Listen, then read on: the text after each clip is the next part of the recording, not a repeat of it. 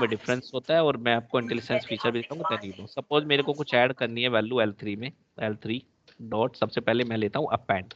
Append का अगर intelligence feature आप देखें तो it is showing object, so you can add, so you need to pass any value, and as I mentioned in Python programming everything is an object, तो किसी भी type की value यहाँ पे आप पास कर सकते हो। तो एक वैल्यू पास करोगे, वैल्यू आपकी नंबर वैल्यू हो सकती है, स्ट्रिंग वैल्यू हो सकती है, लिस्ट हो सकता है, टपल हो सकता है, it can be any kind of value, right, that you want to append. Suppose मेरे को एक वैल्यू ऐड करनी है 100, तो I can use this and if you check this now it is added here, right. इसी तरीके से अगर आप कोई भी यहाँ पे पास करें, you can add this values here. Suppose अगर मैं एक लिस्ट के थ्रू पास करूं वैल्यू,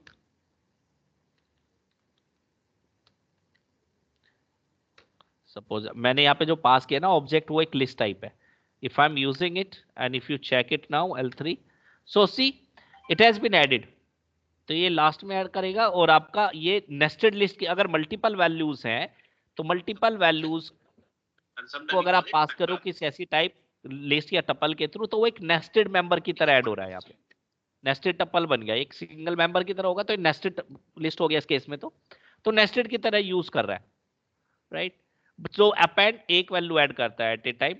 लेकिन व्हाट अबाउट अगर मेरे को इनको अभी तो क्या है, इस पूरे इनके लिए केवल एक सिंगल इंडेक्स गया, बट व्हाट अबाउट अगर मेरे को इनको सेपरेटली ऐड करना होता, मतलब मेरे को करना होता 100,10,20,30, मतलब हर एक वैल्यू का इंडिविजुअल इंडेक्स होता, ना कि ये कि एक नेस्टेड मेंबर की तरह ऐड हो गया।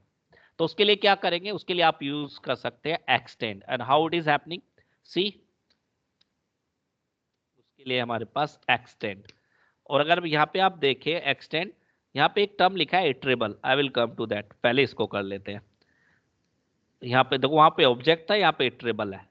तो सपोज पास मैंने यही किया, वैल्यू कुछ भी हो सकती है, किसी भी टाइप की हो सकती है, मैं न्यूमेरिक ले रहा हूँ, कुछ भी हो सकते हो, क्लोजिंग है। अगर मैंने एक्सटेंड यूज किया और अब अगर मैं L3 को देखूं, अभी L3 से पहले ये थी, राइट। अब मैंने ये चलाया इस पे operation L3 and you see, अब ये वैल्यू आपके इंडिविजुअल सिंटेक्स की तरह यूज हुई। अब यहाँ पे एक्सटेंड में दिखा रहा था इटरेबल। इटरेबल का मीन्स कोई भी ऐसी टाइप जहाँ जो मल्टीपल वैल्यूज कंटेन कर सकती है, and we can iterate through the values, is known as iterable. तो पाइथन प्रोग्रामिंग में हमारा जो सीक्वेंस टाइप में स्ट्रिंग, लिस्ट और टपल, ये इटरेबल है। इसका मतलब जो वैल्यू पास करेंगे ना वो इटरेबल टाइप होनी चाहिए। नंबर हमारा इटरेबल नहीं है, क्योंकि नंबर जब हम करें तो एक सिंगल वैल्यू को स्पेसिफाई करता, तो इटरेबल नहीं है। तो अगर मैं जैसे यहाँ पे L3 डॉट अपेंड 100 किया, जो कि एक नंबर था, ऐड हो गया। लेकिन अगर मैं एक्सटेंड के साथ ये करूं, एक्सटेंड के साथ अगर मैं ऐसा कुछ करूं, सपोज मैं 1000 ऐड करना चाहता हूं, अगर आपने ये यूज किया तो 1000 it's a number which is not an iterable. तो अगर इटरेबल नहीं है, जबकि डिमांड तो इटरेबल की करता है, तो अगर आप इसको करेंगे it will give you error at हाँ see the error type error int object is not iterable, right. हाँ, वो घर के अगर बारे मेरे में को कि ऐड वो करना है तो बकवास मैं एक था। काम कर सकता हूँ इसको लिस्ट बना दूं मतलब या अच्छा तो टपल बना बना दूं, तो बनाया एक था, ऐसी लिस्ट बट है जिसके 40 अंदर लाख रुपए सिंगल बता रहे थे एलिमेंट है, राइट। 1500 स्क्वायर फीट का, क्या तो अब मतलब। ये लिस्ट ट्रेबल है, हमें पता है लिस्ट तो है एक ही ट्रेबल, तो टू के एक बहुत सिंगल बस पीछे, ऐसी बहुत लिस्ट है जिसके पीछे अंदर दो घर केवल एक ही वैल्यू है। अब अगर इसको मैं करूं ये ट्रेबल है तो ये ऐड हो जाएगा। अब अगर मैं चेक करूं L3, तो 1000 यहाँ पे ऐड हो गया। So I hope you are getting the difference between append and extend, and as per your requirement you can make use of append and extend। Single value add करना हो eight ए time तो append पे चले जाओ। अगर multiple values को nested की तरह यूज करना है तो भी अपेंड यूज कर सकते हो। लेकिन अगर मल्टीपल वैल्यूज को आपको इंडिविजुअल वैल्यू की तरह ऐड करना है जिनका अपना डिफरेंट इंडेक्स बने, उसके लिए आप एक्सटेंड यूज करो, right. So here that is about append and extend. Now we will proceed further with some more methods based on this। तो ये तो हो गया एडिशन वाली चीज, और भी मेथड है ऐड करने के लिए। अब आते हैं रिमूवल पे। अगर मेरे को रिमूव करनी हो वैल्यूज तो रिमूव करने के भी कई तरीके हैं यहाँ पे। एक है डेल। डेल, अगर मैं डेल करूं, अब सपोज मेरे को यहां से इस नेस्टेड मेंबर को हटाना है, सबसे पहले इस नेस्टेड मेंबर को हटाना है, राइट। तो आई विल राइट डेल, मेरी उस लिस्ट का नाम जिससे मेरे को रिमूव करना है, डेल L3 एंड सी। अगर मेरे को अब इसको हटाना है तो इसका इंडेक्स चाहिए मेरे को। तो इंडेक्स क्या है इसका, 0 1 2 3 4 5। तो I will write L3 5, So here I am removing it. तो अगर मैं इसको यहाँ पे यूज करूं, so it is showing it has been removed. और अगर अब मैं चेक करूं L3, so C रिमूव हो गया वो। इस तरह से अगर क्या हम इंडेक्स स्लाइसिंग भी यूज कर सकते हैं। सपोज अगर मैं यहाँ पे रिमूव करना चाहूँ, यहाँ पे if I want to remove this 110, तो वो भी चेक कर लेते हैं। 100 क्या क्या है, 0 1 2 3 4, 4 से लेके कॉलन और 5 वाला भी करना है तो 6 करना पड़ेगा, एक ज्यादा होना चाहिए। Already you know that. So अगर मैं इसको यूज करके देखे तो we can remove based on that also. And if you check it now 100 और 10 ये वैल्यूज यहाँ पे रिमूव हो सकती हैं, तो ये वेरिएशन आप यूज कर सकते हो, right. But be careful with this. अगर मैं लिस्ट का नेम लिखूं बिना किसी इंडेक्सिंग और स्लाइसिंग तो क्या होगा, ये सारा जो लिस्ट है ये सारी लिस्ट हट जाएगी। इवन इनकी वैल्यूज ही नहीं हटेगी, ये इसकी पूरी डेफिनेशन को डिस्ट्रॉय कर देगा। So we should be very careful with this del. अगर डेल L3 करेंगे तो क्या करेगा, इसकी कंप्लीट डेफिनेशन को ही हटा देगा। It will destroy this list completely. It will destroy the definition even. Definition का मतलब उसके बाद अगर हम वर्ड को यूज करूं ना तो it will give you error that it is not defined. So be careful. अब सपोज मेरे को एक टास्क करना है, मेरे को इन सारी वैल्यू को हटाना है, सारी वैल्यू को क्लियर करना है, बट डेफिनेशन बनी रहनी चाहिए। तो क्या करेंगे, उसके लिए हमारे पास एक मेथड होता है क्लियर। L3 डॉट, अगर आप करें यहाँ पे क्लियर, सो ये सारी वैल्यूज को हटा देगा यहां से, लेकिन डेफिनेशन बनी रहेगी। अगर मैं फिर से इस वर्ड को यूज करूं, यहाँ पे L3 नेम को यूज करूं तो it is showing empty value. लेकिन अगर मैं डेल L3 कर देता ना यहाँ पे, तो वो क्या करेगा, पूरी डेफिनेशन को ही हटा देता है। अभी इसकी डेफिनेशन भी चली गई। अगर मैं अब यूज करूं ना इस नेम को, it will give you error. Even अगर यहाँ पे भी मैं चला देता ना जहाँ पे लिखा था, तो यही आता name L3 is not defined, क्योंकि पूरी डिस्ट्रॉय कर देता है उसको। So you should be careful also with this when you are using this, making use of this del, right. So अब यहाँ पे कुछ और फंक्शंस की बात करते हैं। So now we will have a look at our PPT. append already we have taken, delete का भी हम केस ले चुके हैं। और सी अभी डिलीट से क्या हमने इंडेक्स के बेसिस पे रिमूव किया है। If you want to remove the value by specifying value itself, for that purpose you can use remove. तो रिमूव में जो भी वैल्यू आप लिखेंगे, whenever this value will be occurring first time, that will be removed। जैसे एक list बनाई 1 2 3 XYZ जा रहा है, बीजे XYZ, ये 2 बार आ रहा है। तो अगर आपने लिखा है list डॉट रिमूव XYZ, तो जब भी ये फर्स्ट टाइम आएगा उसको रिमूव करेगा। तो ये लिमिटेशन भी है कि फर्स्ट टाइम जो है उसी को रिमूव करेगा, राइट। बाकी तो मैं अपना एक्सप्रेशन बनाना पड़ेगा अगर मेरे को इसको भी करना है।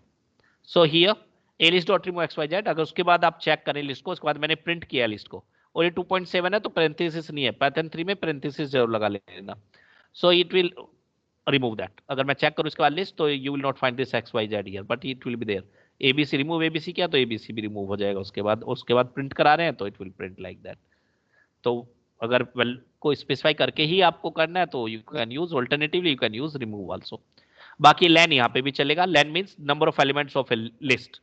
तो यहाँ पे एक लिस्ट बनाई है जिसमें 3 वैल्यू है, तो lane of list will be 3। अगर मैं यहाँ पे ही चला दूं, अभी तो हो लिस्ट ही चली गई है, चलो एक बार फिर से बना लेते हैं।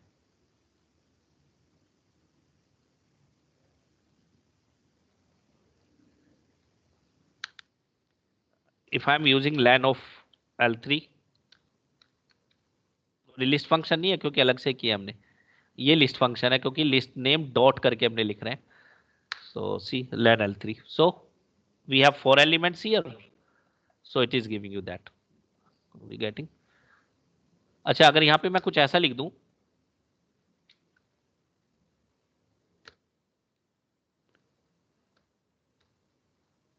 Can you tell me what will be the output of this now.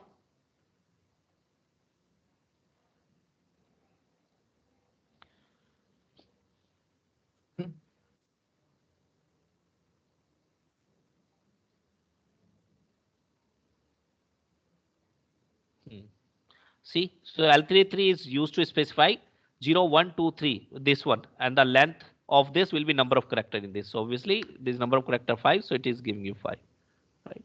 So that is happening here. So here we have this. Now अच्छा, ये डेल का केस लिया तो डेल का केस एक और लेके चलते हैं। सपोज मेरे पास एक स्ट्रिंग है, इम्यूटेबल बोला था ना मैंने स्ट्रिंग को। सपोज एक स्ट्रिंग हमने ली, CDEC Noida suppose, and if I am using del S1 1, yes, what do you think, will it be working? Actually, what are you trying? I am trying to remove value at index 1. Is it possible with this string?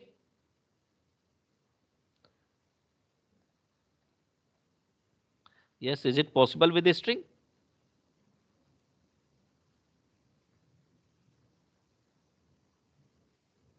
Yes. So it is not No. possible. So Vikas has given answer no. So yes, that is correct answer. So Dallas, as I have mentioned, list is immutable.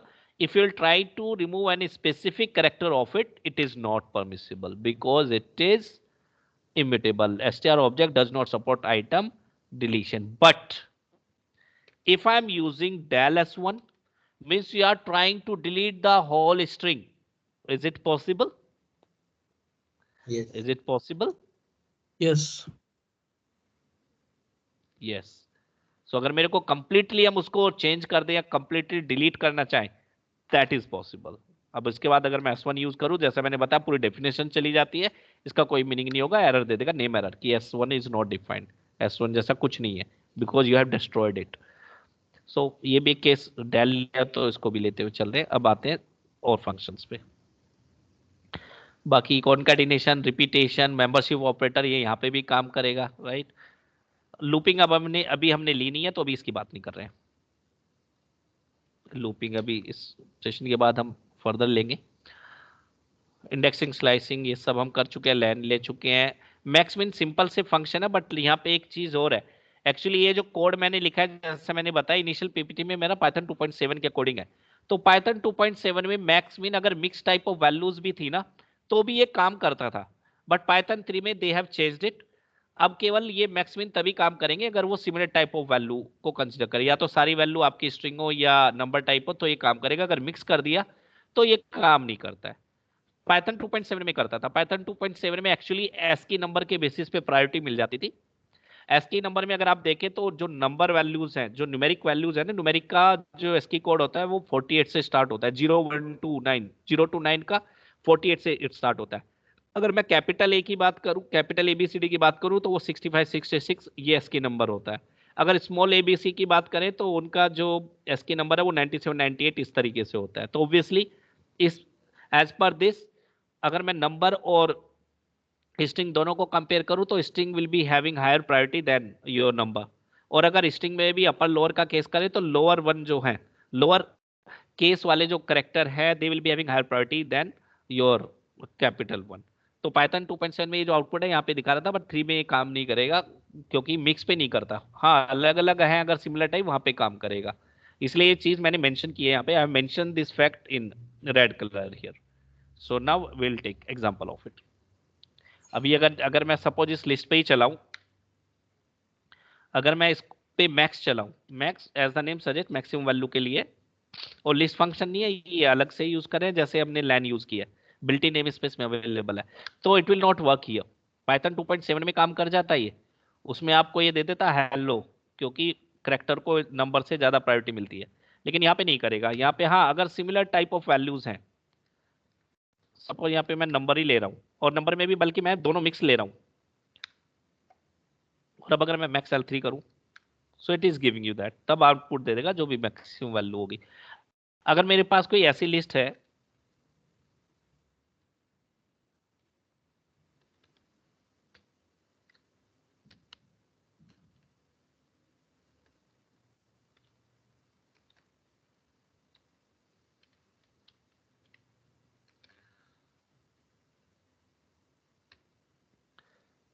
अब अगर इस पे मैं max चलाऊं, what do you think, what will be the output? क्या output आना चाहिए? एक जा रहा है जहां पे लोअर केस में, यहाँ पे अपर केस में फर्स्ट करेक्टर, यहाँ पे ये लोअर केस में ए है। So what do you think, what will be the answer of it? So as per the ASCII number सबसे पहले क्या करेंगे, here it will compare first character, first character को मैच करिए, स्मॉल जेड है, ये कैपिटल जेड है, ये स्मॉल ए है। So in this case if I am considering this, तो ऑब्वियसली इस स्मॉल जेड की प्रायोरिटी ज्यादा होगी। क्यों? क्योंकि इसका स्काई नंबर ज्यादा होता है आपके इस कैपिटल से, और ऑब्वियसली ये तो स्मॉल ही है तो इसकी प्रायोरिटी ज्यादा होगी, right? So here that is why it will give you that, right? But suppose अगर मैं मेरी वैल्यू कुछ ऐसी हो जाए,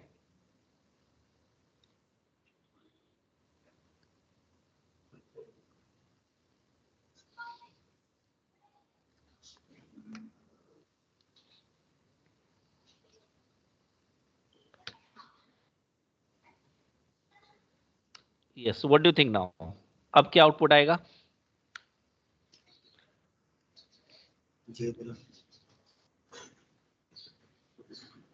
ठीक है। तो सी, यहाँ पे फर्स्ट को जब मैच किया तो इनसे तो कोई कंफ्यूजन नहीं थी, लेकिन जब यहाँ पे आया, यहाँ पे फर्स्ट करेक्टर मैच हो गया, तो अगर फर्स्ट मैच हो गया तो ये नेक्स्ट को करेगा। यहाँ पे ये ए है और बी है, तो ऑब्वियसली बी की एसके नंबर ज्यादा होगा इससे, इसका 97 होता है एसके नंबर, इसका 98, तो इसका ज्यादा है, तो it will give you that in max. और अगर मैं मिन करूं, जस्ट अपोजिट ऑफ इट, मिन L4, तो मिन L4 क्या है? अब तो आप इजीली बता दोगे, जिसकी मिनिमम प्रायोरिटी हो। तो बताइए क्या आंसर आएगा इसका?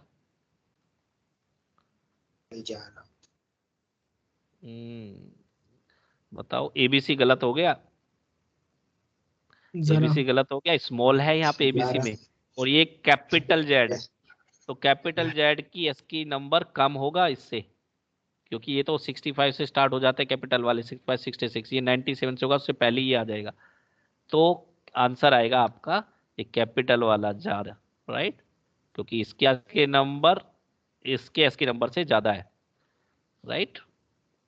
So it is giving you that. So your max min will be working like this.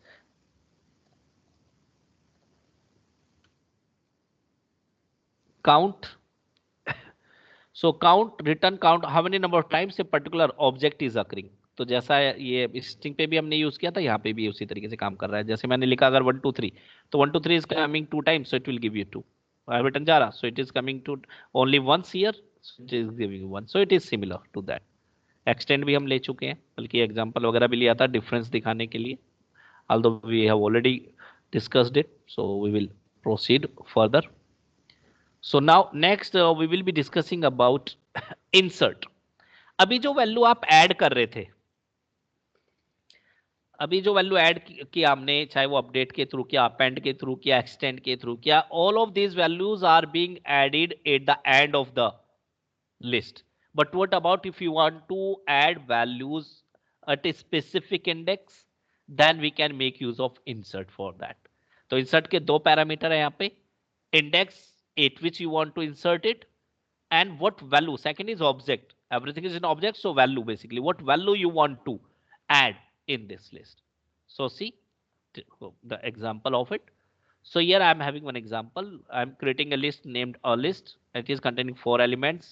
Here you can see the elements, and here I have written a list dot insert index 3 object value, anything whatever you want to add. I'm adding number value here 2009. So what will happen? So 0 1 2 3, अभी 3 पे ABC है, लेकिन जैसे आप इसको call करेंगे तो क्या करेगा, 3 पे इसको इंसर्ट करेगा, और इसका जो इंडेक्स है ये इसके बाद आएगा, ये उसके बाद आएगा, तो इसका इंडेक्स एक बढ़ जाएगा, right? So in this way you can insert the values, किसी भी लोकेशन पे आप ऐड कर सकते हैं through insert. Insert is working like this, right?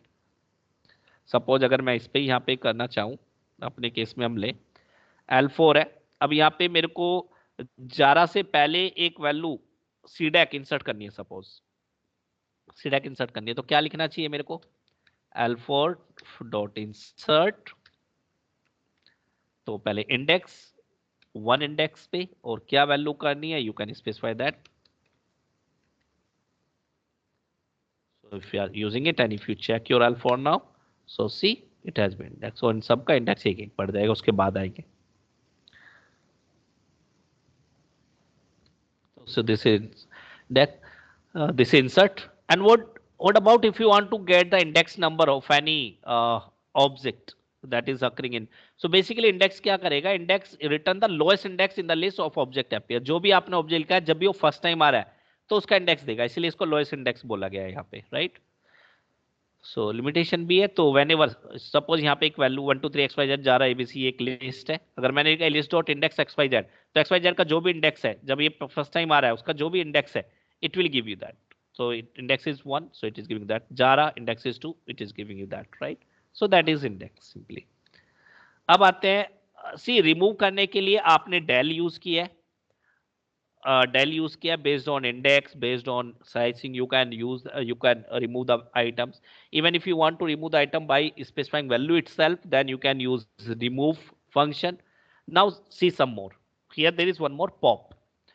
Pop में आप ये जो पैरामीटर, एक पैरामीटर, ये जो पैरामीटर पास करते हैं ये स्पेसिफाई करता है आपके इंडेक्स को. And if you are not writing, अगर आप इसको डिफाइन नहीं कर रहे तो ये लास्ट इंडेक्स को रेफर करेगा, राइट. अब पॉप करता है क्या, पॉप क्या करेगा, whenever you are calling the pop it will return the value as per the index specified, और अगर नहीं कर रहे स्पेसिफाई कोई पैरामीटर तो लास्ट इंडेक्स को लेगा. तो पहले ये रिटर्न करेगा और फिर इसको रिमूव करेगा. तो पहले रिटर्न फिर रिमूव. रिटर्न कर रहा है, इसका मतलब अगर मैं रिमूव होने से पहले उसको कहीं होल्ड करना चाहूं, रिटर्न करना चाहूं, तो मैं किसी वेरिएबल में इसको स्टोर कर सकता हूं. That is the meaning of it. So see, I am declaring one list, a list, and it is containing 4 elements. After that I am calling this function pop without any parameter, so it will consider the last value. तो क्या करेगा, last value को return करेगा और हटा देगा. उसके बाद अगर मैं इस लिस्ट को चेक करूं तो ये आइटम नहीं मिलेगा. तो ये रिटर्न कर रहा है, इसका मतलब है कि अगर आप इसको रिटर्न करना चाहते हैं किसी पर्पज के लिए, क्योंकि इसके बाद तो रिमूव हो जाएगी, तो आप किसी, अगर मैं लिख देता x equals to Alice dot pop, तो x के अंदर आ जाती है value. So that is pop. अगर आप, मैंने कोई इंडेक्स वैल्यू, ये इंडेक्स नंबर को रेफर कर, अगर मैंने पॉप 1 किया तो 1 इंडेक्स पे जो वैल्यू, अब ये लिस्ट बच गई है तो 1 इंडेक्स पे जो वैल्यू है that will be return and after that will be removed. उसके बाद अगर प्रिंट करते हैं तो you will not find that value here. That is pop. और बाकी see here we are using short reverse clear also, these are also list function. अगर आपने short function को यूज किया तो short क्या करेगा, it will arrange the value of your list in ascending order. और list mutable है तो original list आपकी change हो जाएगी और index change हो जाएंगे, क्योंकि वो ascending order में arrange हो जाएंगे तो अब index change हो जाएगा, right? So that is short. reverse, reverse क्या होता है कि रिवर्स जस्ट जो एग्जिस्टिंग लिस्ट है ना उसका रिवर्स ऑर्डर दिखाता है. मतलब जो लास्ट इंडेक्स पे वैल्यू होगी वो फर्स्ट आपके 0 इंडेक्स पे चली जाएगी, सेकंड लास्ट वाली 1 इंडेक्स पे चली जाएगी, ये होगा. यहाँ पे इट डजंट मीन कि ये डिक्रीज ऑर्डर में करता है. डिक्रीज में केवल तब करेगा अगर पहले कॉल किया हो आपने शॉर्ट को और फिर रिवर्स चलाए, अदरवाइज रिवर्स जस्ट ऑपोजिट दिखाता है इसका. See, let me show you that. Clear को हम यूज कर चुके हैं, बेटर है कुछ इस तरह का हम ले लें. ये तो शॉर्टेड ही है तो कुछ ऐसी वैल्यू करते हैं जो शॉर्टेड ना हो.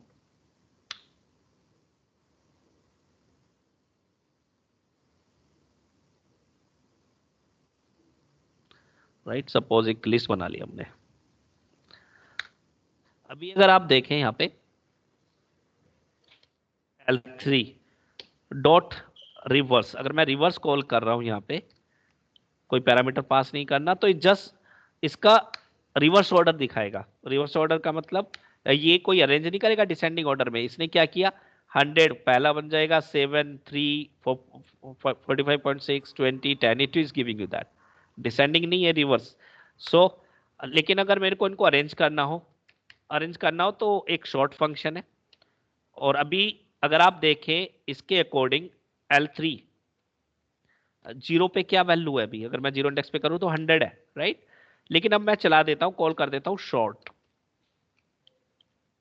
तो ये क्या करेगा, ये जो एग्जिस्टिंग लिस्ट अभी L3 की जो हमें यहाँ पे दिख रही है, it will arrange the item of this in ascending order. और ओरिजिनल लिस्ट पे ही चेंज होएगा, वो ओरिजिनल लिस्ट पे चेंज हो गया. अगर मैं इसको दोबारा से करूँ ना, 100 नहीं होगा, 3 हो गया, क्योंकि ये म्यूटेबल है तो ओरिजिनल लिस्ट पे ही आपका चेंज हो जाता है. और अगर मेरे को डिसेंडिंग ऑर्डर में कर रहा हूं, अब अगर मैं इसको चलाऊं रिवर्स तो ये डिसेंडिंग ऑर्डर लेगा, क्योंकि असेंडिंग है तो अब डिसेंडिंग आ जाएगा. तो इस तरह से लॉजिकली हम इसको डिसेंडिंग में भी कर सकते हैं. क्लियर करेंगे तो वो तो पता ही है, सारी वैल्यूज आपकी क्लियर हो जाएगी.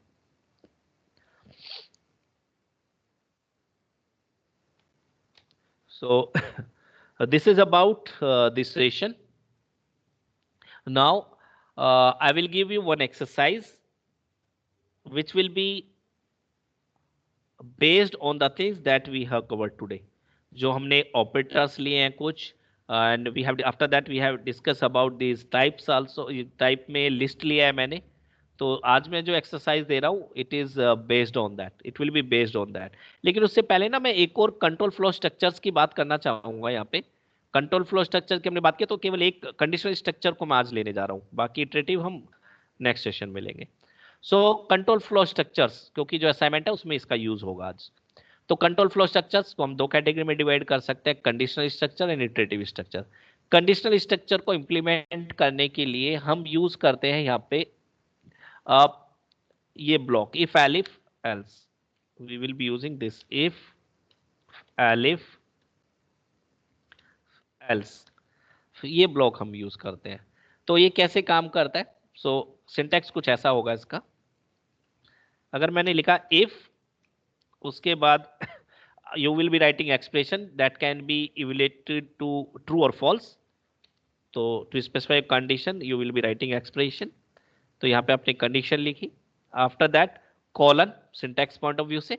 और इसके बाद कॉलन के बाद जब भी मैं यहाँ पे कर रहा हूं तो ये कर्सर वन टैब के बाद आना चाहिए. अगर आप अपना किसी टेक्स्ट एडिटर में कर रहे हैं तो वन टैब का स्पेस होना चाहिए वहां पे. वहां से स्टार्ट करेंगे कोड लिखना, जिससे कि स्पेसिफाई कि it is block of code of this, that code is associated with if. तो यहाँ पे इस इंडेंटेशन का ध्यान रखेंगे. हालांकि हमारे आईडी में ऑटोमेटिकली ये ले लेगा, तो बट अगर आप नोटपैड वगैरह में लिख रहे हैं तब आपको इसको ध्यान देना पड़ेगा. तो मैंने यहाँ पे वन टैब प्रेस किया, उसके बाद यहाँ से आप अपना कोड लिखना शुरू करेंगे.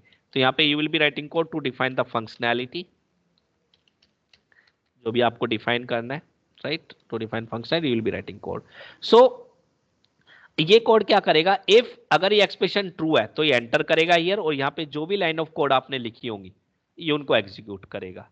तो ये अपने आप में थोड़ा सा इनकम्प्लीट है, क्योंकि मैंने ये तो बताया कि what will happen if condition is true, but I have not mention that what will happen if condition is false. तो फॉल्स को उसको रेफर करने के लिए हम लिखेंगे एल्स, और एल्स इसके नीचे होना चाहिए.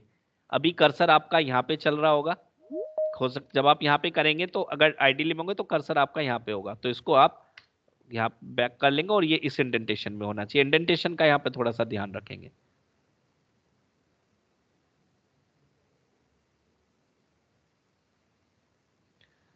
विकास ने क्वेश्चन पूछा था. विकास, आई हैव मेंशन कि वो करेक्टर बाय करेक्टर चलेगा, ठीक है ना? वैसे मैं क्लियर कर चुका हूं उसको. I think this fact will be clear to you, ठीक है ना? लेंथ के बेसिस पे नहीं है, वो करेक्टर के बेसिस पे है, ठीक है? तो उसी को याद रखना है, कॉन्सेप्ट उसी के अकॉर्डिंग बनाना है. उसके बाद एल्स कॉलन, और फिर यहाँ पे भी जब एंटर करेंगे तो वन टैब, उसके बाद इसका कोड लिखेंगे. तो यहाँ पे आप वो फंक्शन डिफाइन करेंगे जो फॉल्स होने के लिए आप डिफाइन करना चाहते हैं, उसके अकॉर्डिंग कोड लिख देंगे यहाँ पे. और जो भी लाइन ऑफ कोड लिखेंगे उस इंडेंटेशन को फॉलो करेंगे. अगर यहाँ पे मोर देन वन भी लिख रहे हैं तो ये आपका इसी के नीचे यहाँ पे होनी चाहिए लाइन ऑफ कोड, राइट. तो इस सिनेरियो में हमें फर्स्ट लुक में ही पता लग रहा है कि ये लाइन ऑफ कोड इससे एसोसिएटेड है, ये लाइन ऑफ कोड मेरा इससे एसोसिएटेड है. So here we have written in this syntax will be applicable only for one condition. Means what will happen if one condition is true or false. True है तो ये वाला code execute होगा, इसलिए तो इनको बोल रहे हैं कंट्रोल फ्लो एग्जीक्यूशन. अब हम एग्जीक्यूशन का फ्लो अपनी रिक्वायरमेंट के अकॉर्डिंग चेंज करें, सारा कोड एग्जीक्यूट नहीं करना. हम बताएंगे अगर कंडीशन ट्रू है तो केवल ये लाइन ऑफ कोड एग्जीक्यूट हो, अगर कंडीशन फॉल्स है तो एल्स ब्लॉक में जाएगा और ये लाइन एग्जीक्यूट होगी केवल. अब in real time we can deal with the multiple condition. अगर मल्टीपल कंडीशंस है तो उसके लिए हम यहाँ पे यूज करते हैं एलिफ. तो वी कैन स्पेसिफाई एलिफ. अगर ये कंडीशन 1 है so we can specify some more condition with this. So we can specify like elif condition 2 colon, और यहाँ पे भी आपका वन टैब के बाद होना चाहिए ये line. Suppose it is functionality 1, here we can call it functionality 2, and you can make use of this elif multiple times. जितनी कंडीशन है आप अकॉर्डिंगली, आप जितनी कंडीशन है अकॉर्डिंगली उनको हम अपनी रिक्वायरमेंट के अकॉर्डिंग यूज कर सकते हैं, right. So you can use this elif multiple times as per your requirement. तो अगर ये कंडीशन ट्रू है यहाँ एंटर करेगा, इस कोड को एग्जीक्यूट करेगा। कंडीशन फॉल्स है तो यहाँ पे जाएगा, ये ट्रू है तो एंटर करेगा, ये कोड एग्जीक्यूट होगा। अगर ये भी फॉल्स है तो नेक्स्ट पे जाएगा, उसके अंदर अगर ये ट्रू है तो एंटर करेगा, उसको एग्जीक्यूट करेगा। अगर none of the condition is true then it will consider else and the code of else block will be executed. तो ये तो हो गया इसका सिंटेक्स पार्ट।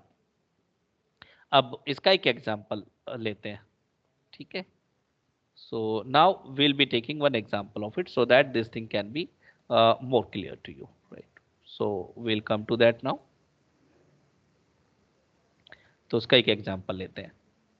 सपोज इसके लिए बेटर है हम इसके बनाए, उससे पहले मैं ये कॉपी पेस्ट कर, वैसे तो पीपीटी पे है ये सब, लेकिन फिर भी लास्ट तक कहाँ तक गए थे हम?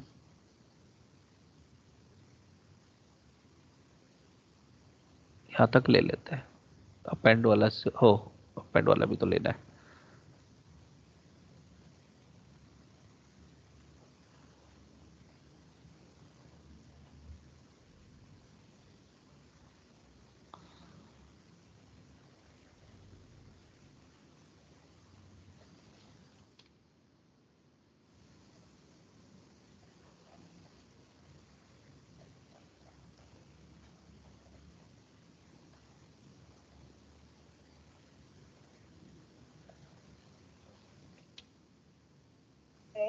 हाँ बग्गू भाई।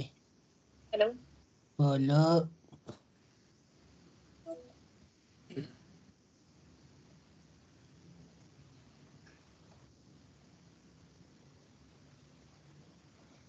ठीक है, अब एक एग्जांपल लेते हैं इसका।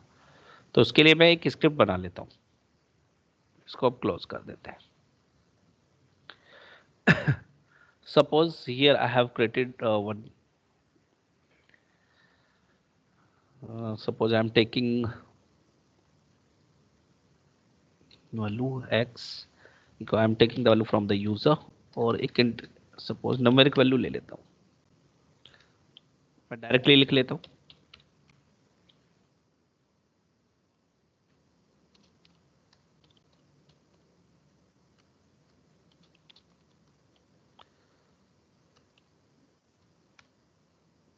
And now I'm making expression if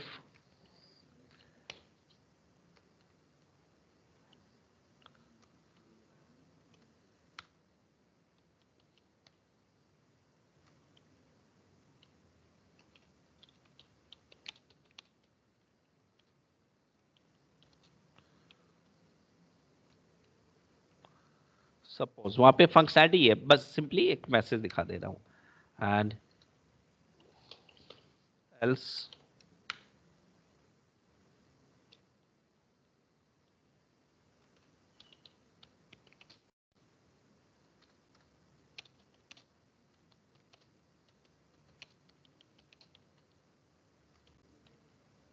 केवल सिंटेक्स पॉइंट ऑफ व्यू से मैं इसको ले रहा हूं। So if I am executing it,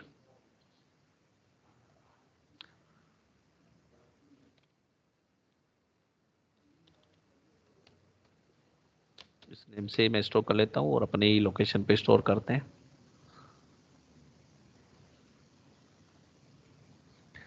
So it is asking enter value.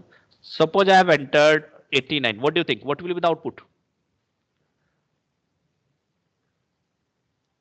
So see, moment I will press enter, it will check 89 less than 100. Yes, true. Enter कर जाएगा. It will display value is less than 100. Right? तो अगर मैं इसको execute करूं, it will give you that. तो ये line execute हुई। लेकिन अगर मैं इसको दोबारा एग्जीक्यूट करूं, राइट, मैंने दोबारा इसको एग्जीक्यूट किया, F5 प्रेस करके कर दिया है, and if I am writing 200, then what will happen? What will be the output of now? Right? So here, in this case, obviously this condition is false, so it will go to the else, and the code written in else block will be executed. So it is showing the message accordingly. लेकिन अगर मैं कुछ condition ऐसे use करूं,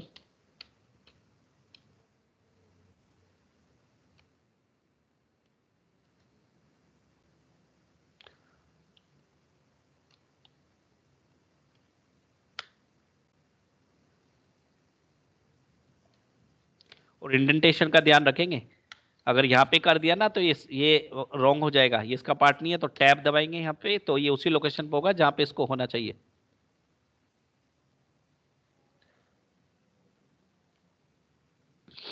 so here यहाँ पे कुछ अलग फंक्शनैलिटी ले लेते हैं हम, सपोज थोड़ा सा मीनिंगफुल लिखते हैं, value is equal to 100, right? So here so and we can make use of elif multiple times, right? जितने बार चाहे मैं इतना ही ले लेते हैं. So if I am using it now,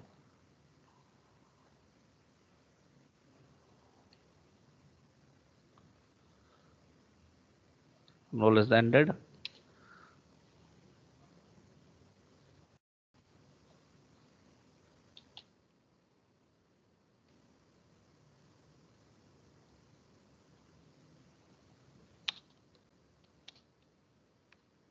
Suppose कुछ भी मैसेज प्रिंट कर दे, नॉट इक्वल टू 100. Suppose कुछ ऐसा message, and here if I am using, so suppose if I am using 100 here, so पहली कंडीशन तो मेरी फॉल्स हो गई, तो नेक्स्ट पे आएगा, ये ट्रू हो गया, एंटर कर जाएगा, और जो भी मैसेज मैंने इसके लिए लिखा है it will give you that, right? So it is working like this. In this way it is working. Even we can make use of nesting also. Nesting means it may be the case कि जब मैं यहाँ पे enter करूँ, इसके अंदर एक और कंडीशन मिल जाए. किसी के साथ भी कर सकते हैं नेस्टिंग, एलिफ एल्स किसी के साथ भी, तो नेस्टिंग भी कर सकते हैं. और नेस्टिंग जब करें तो इंडेंटेशन का ध्यान रखेंगे. सी अगर मैंने एक स्टेटमेंट कुछ ऐसे लिखा,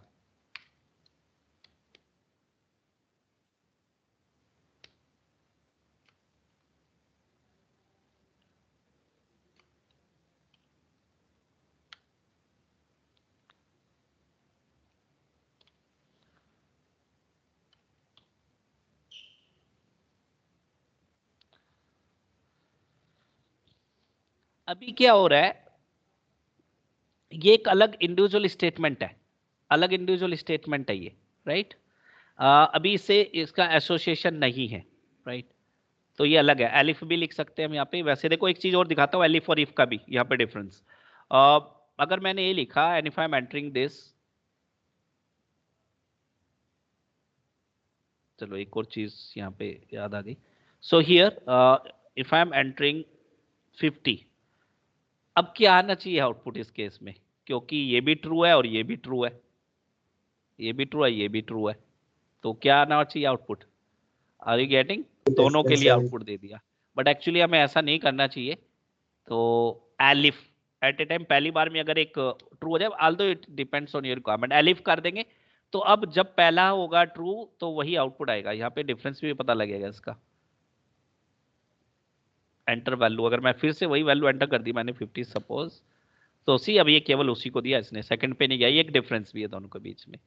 अब चलो यहाँ पे पहले वाला सीन ले लेते हैं. सो हियर अभी क्या है, ये इंडिविजुअल स्टेटमेंट है, इससे कोई इसका लेना देना अभी ऐसा नहीं है, अलग से ही स्टेटमेंट है, एलिफ भी कर सकते हैं. लेकिन अगर मैं इसको लिख दूं डायरेक्टली यहाँ पे इस तरीके से कर दूं, अब इंडेंटेशन चेंज किया, now it is nested element. Look से ही पता लग रहा है मेरे को, ये जो लाइन ऑफ कोड है ना, ये एसोसिएटेड है आपके इस इफ से. एक्चुअली ये तीनों लाइन ऑफ कोड इससे एसोसिएटेड है.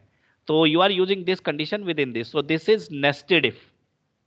बाकी इसका भी एल्स वगैरह एलिफ सब बना सकते हैं आप पूरा, और ये किसी के भी साथ आप यूज कर सकते हैं.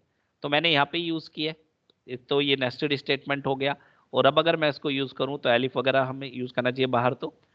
तो अब अगर मैं एंटर करूँ यहाँ पे, सपोज मैंने एंटर कर दिया 85, what will be the answer?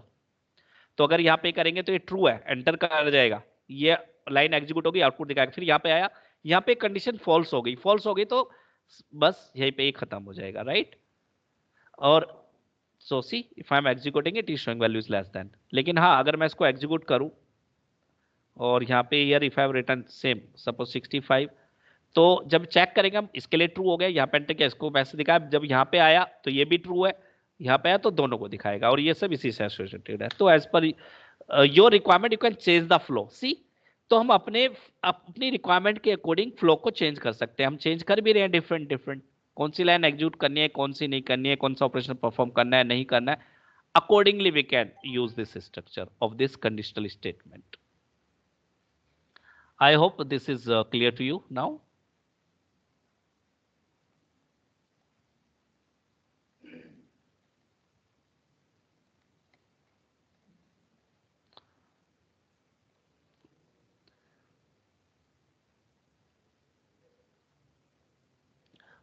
bracket you can use it without bracket also, it's not a problem, but bracket लगाते हैं तो थोड़ा सा क्लैरिटी आ जाती है.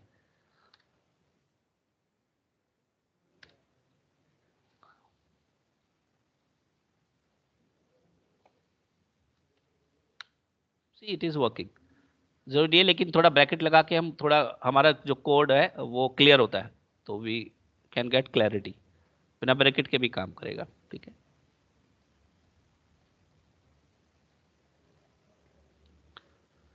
Okay, so I think this is sufficient for today. Now in the second half, I will be giving you the exercise which will be based on the things that we have covered so far. उसी पे base पे exercise हो जाएगा, जिससे ये concept आपके और ज़्यादा क्लियर हो जाएंगे। So I will be sharing all the resources that we have use in this session at Google classroom, और वहीं पे लैब एक्सरसाइज को भी मैं शेयर कर दूंगा। So now we will meet at 2:30 next session, ठीक है, वो लैब प्रैक्टिस सेशन रहेगा आपका।